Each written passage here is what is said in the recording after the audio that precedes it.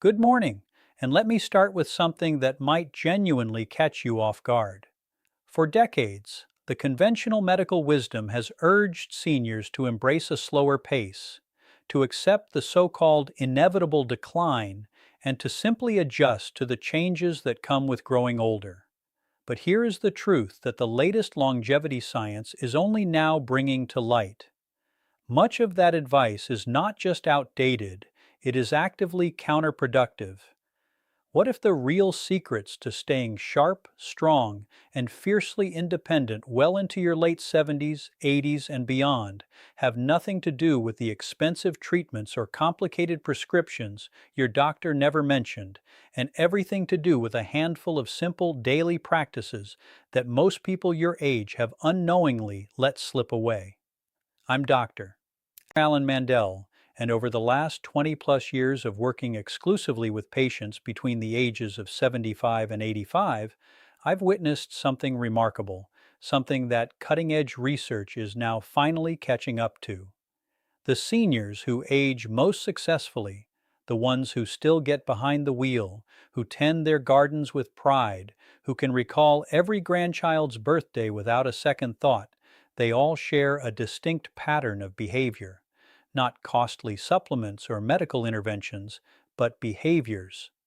A landmark study conducted by the Stanford Center on Longevity tracked more than 4,200 adults aged 70 to 90 over a full 12-year period.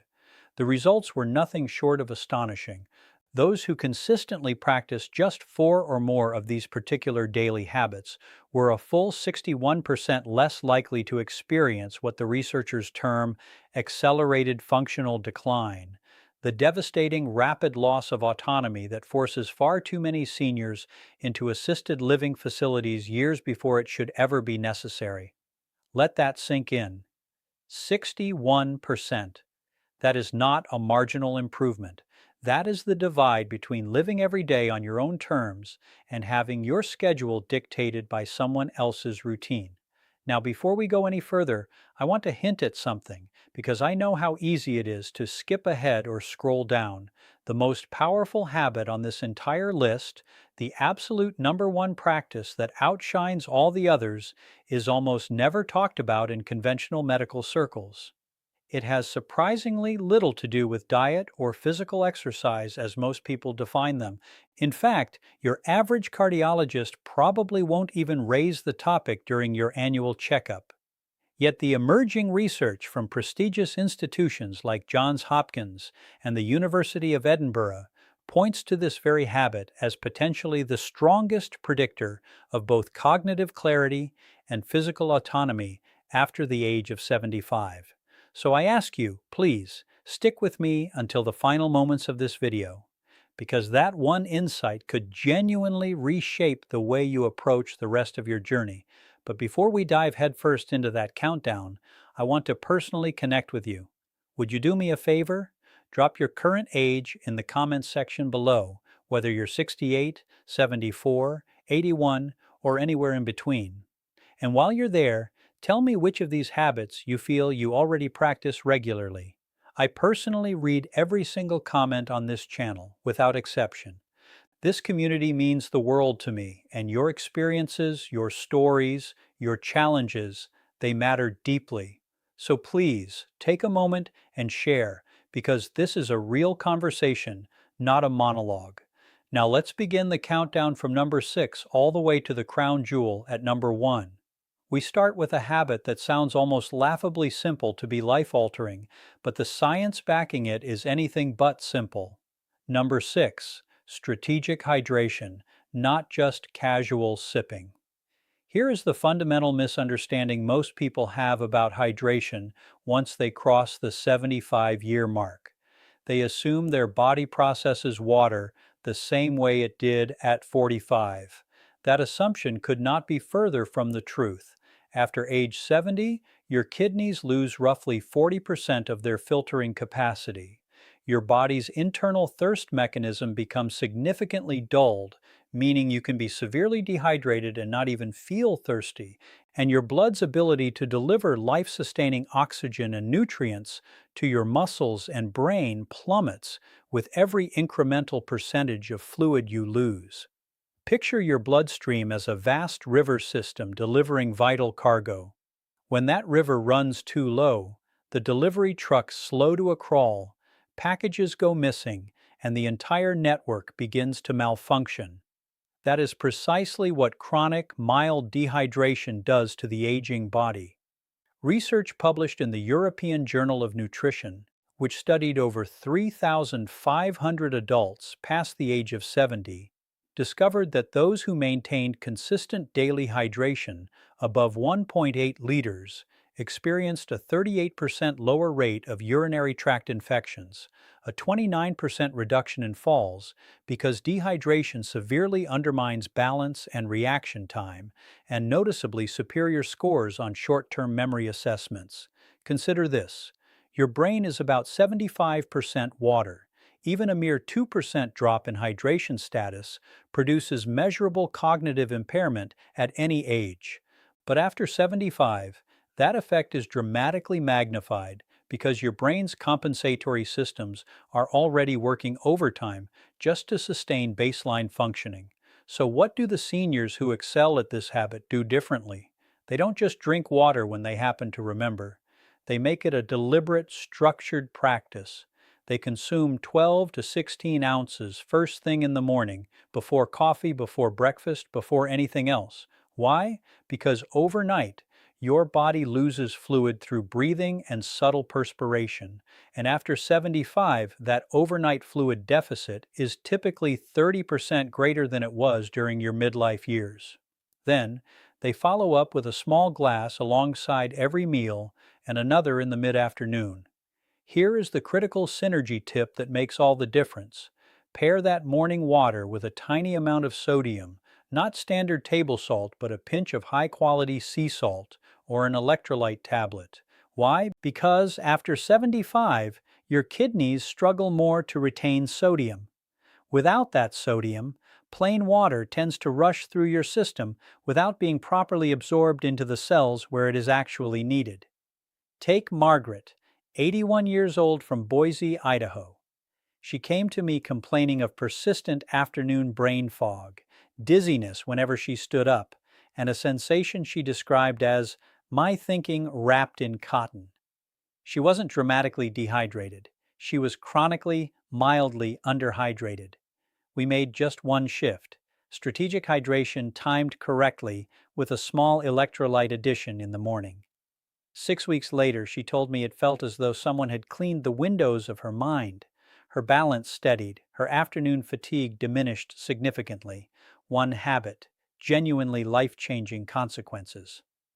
Number 5, resistance-based movement at least twice per week. Let me be unequivocal here, because I see this misinterpreted constantly. When I say resistance movement, I am not demanding that you join a gym and start hoisting heavy barbells. I am talking about any activity that compels your muscles to work against an opposing force, whether that is a resistance band, a light dumbbell, a wall push-up, or even carrying your grocery bags with deliberate intention. The distinction matters enormously after 75 because of a biological process called anabolic resistance. Let me break that down. Anabolic resistance refers to the diminished ability of aging muscle cells to respond to protein and exercise stimulation. In plain language, after 75, your body requires a stronger signal, more intentional effort to maintain the same muscle mass that a 50-year-old would preserve with half the work. Your muscles are not being lazy, they are simply harder to activate, and if you do not consistently reach them, they enter a phase called sarcopenia, the progressive loss of muscle mass and strength. Research from the Mayo Clinic has linked sarcopenia to a 47% increased risk of falls, a 53% higher likelihood of being unable to perform basic daily tasks within 5 years, and a significantly shortened overall lifespan. A study out of Tufts University followed adults between 75 and 85 who began a twice-weekly resistance training regimen.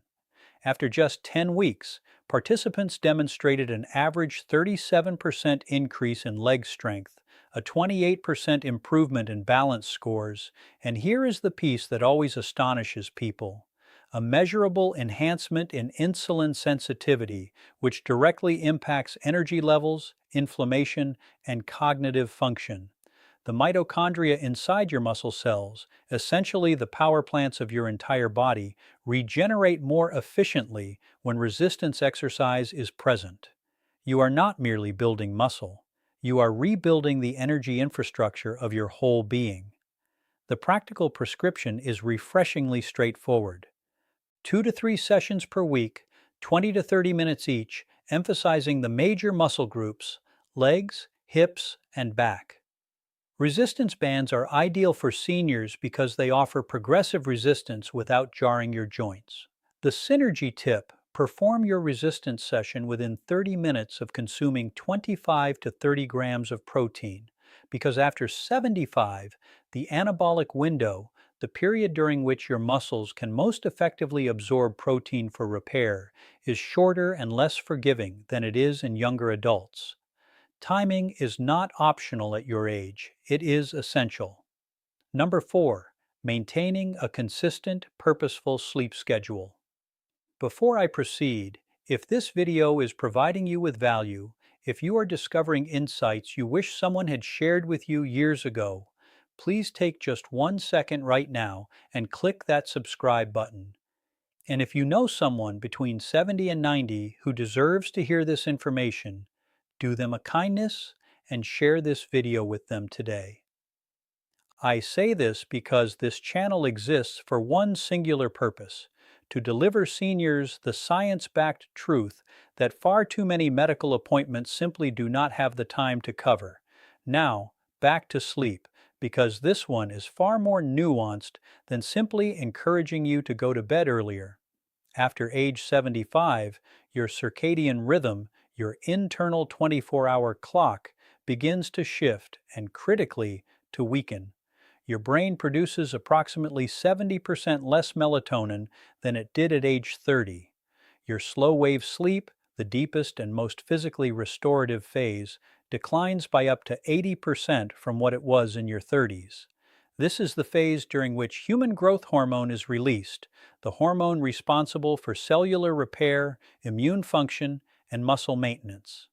And here is what most people fail to appreciate: poor sleep after 75 is not just about feeling tired. A study from the University of California, Berkeley, found that adults over 70 with disrupted sleep patterns showed a 68% higher accumulation of amyloid plaques in the brain, the very plaques associated with Alzheimer's disease. The seniors who do this exceptionally well do not just sleep more, they sleep consistently. They go to bed within the same 30-minute window every night. They wake at the same time every morning, including weekends. They keep their bedroom cool between 65 and 68 degrees Fahrenheit because body temperature regulation during sleep becomes less efficient after 75, and a cooler environment promotes the deep sleep your brain urgently requires. They avoid screens for 60 minutes before bed, and not simply because of blue light, but because mental stimulation keeps the prefrontal cortex active in ways that delay sleep onset by an average of 47 minutes in adults over 70, according to research from Harvard Medical School. The synergy tip: combine your consistent sleep schedule with 10 minutes of slow diaphragmatic breathing before bed. This activates the parasympathetic nervous system, your body's rest and repair mode, and research indicates it reduces nighttime cortisol levels by up to 22%, making it markedly easier to achieve and sustain slow-wave sleep in aging adults. Number 3, eating protein in a deliberate, distributed pattern. This is where I observe the most dangerous misconception among seniors, and it genuinely worries me as a physician. The The notion that you require less protein as you age is not merely incorrect. It may be one of the most harmful pieces of nutritional folklore ever perpetuated. The reality is the exact opposite. After 75, due to the anabolic resistance I explained earlier, your body actually demands 50 to 75% more dietary protein per pound of body weight than a healthy 30-year-old needs to achieve the same muscle maintenance effect. Yet most seniors I encounter are consuming half the protein they require, often because appetite diminishes with age and high carbohydrate foods feel easier to prepare and eat. Research published in the American Journal of Clinical Nutrition involving over 2,700 adults aged 70 to 85 found that those who consumed at least 1.2 grams of protein per kilogram of body weight daily, distributed across 3 or more meals, maintained significantly more muscle mass, had 41% lower rates of hospitalization due to fall-related injuries, and showed markedly better immune responses to common infections like influenza and pneumonia. Think of protein as the bricks your body uses to rebuild itself every night. While you sleep, your body breaks down old, damaged tissue and replaces it with new. Without enough bricks, without enough protein, the reconstruction is incomplete. Over months and years, that structural deficit becomes catastrophic. The practical approach is this: aim for 25 to 35 grams of protein at each of your 3 main meals.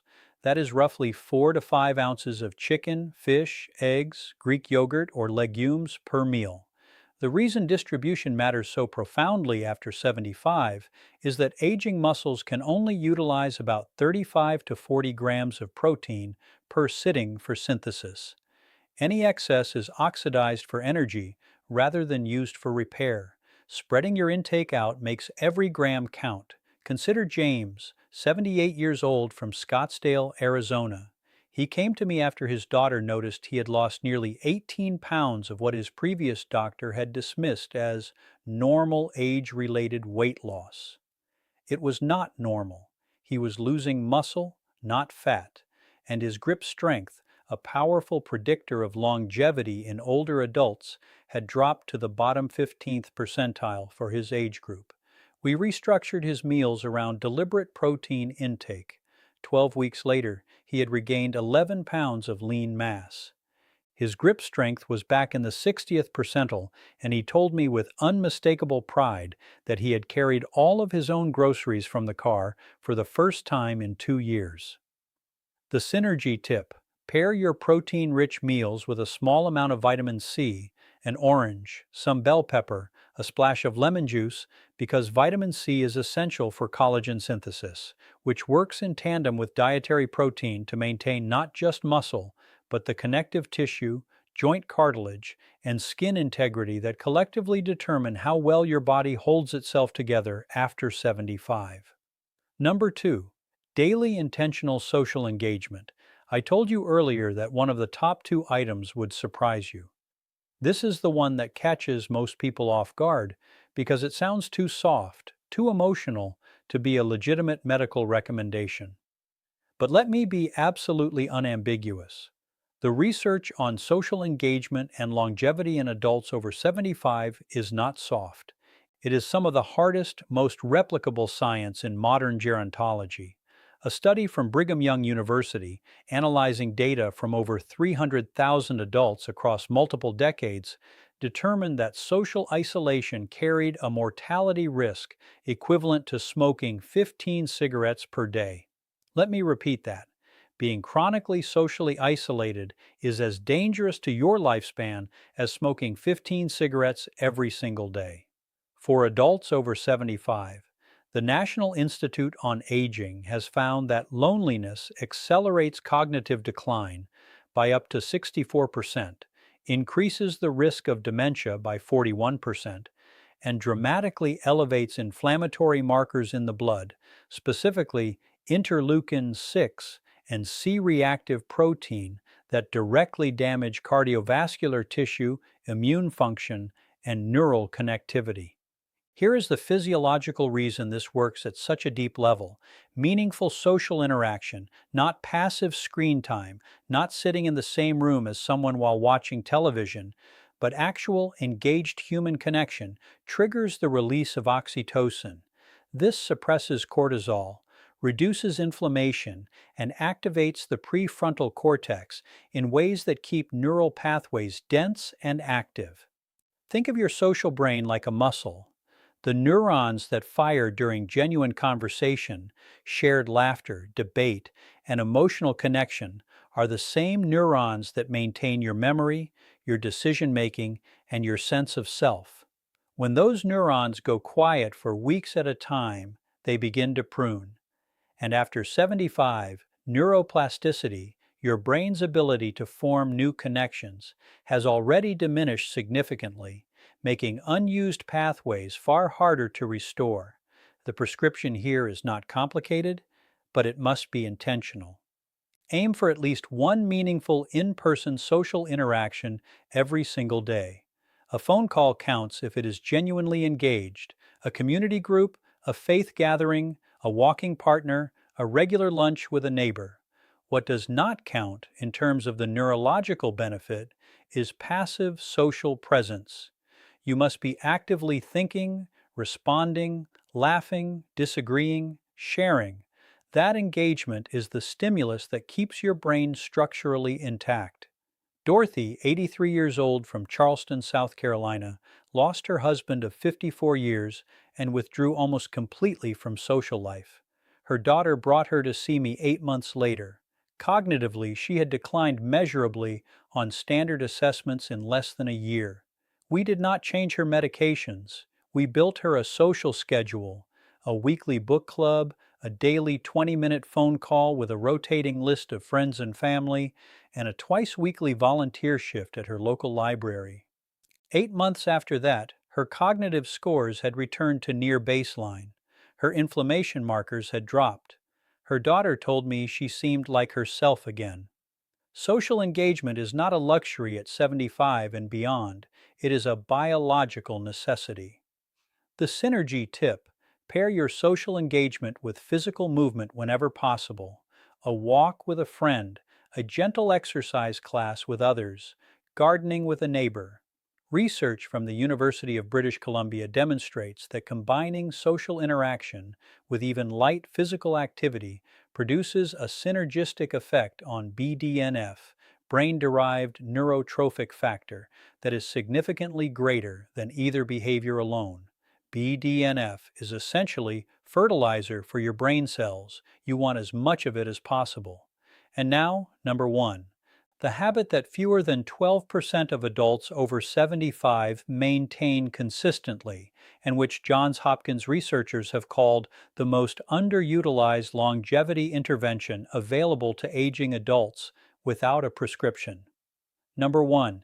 Daily purposeful cognitive challenge. Not crossword puzzles, not passive reading, although both have their merits.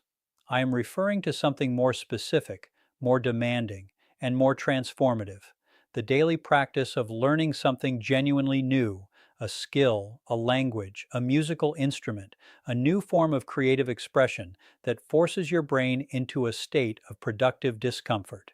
Here is why this is number 1. After age 75, your brain begins to preferentially rely on established neural pathways. It becomes extraordinarily efficient at doing familiar things and extraordinarily reluctant to build new ones. This is not a character flaw, it is a survival mechanism, an aging brain conserving metabolic energy by favoring the familiar. But here is the problem: this preference for the familiar is also the mechanism by which cognitive reserve is depleted. Cognitive reserve is the brain's resilience buffer, its ability to compensate for age-related structural changes and still function at a high level.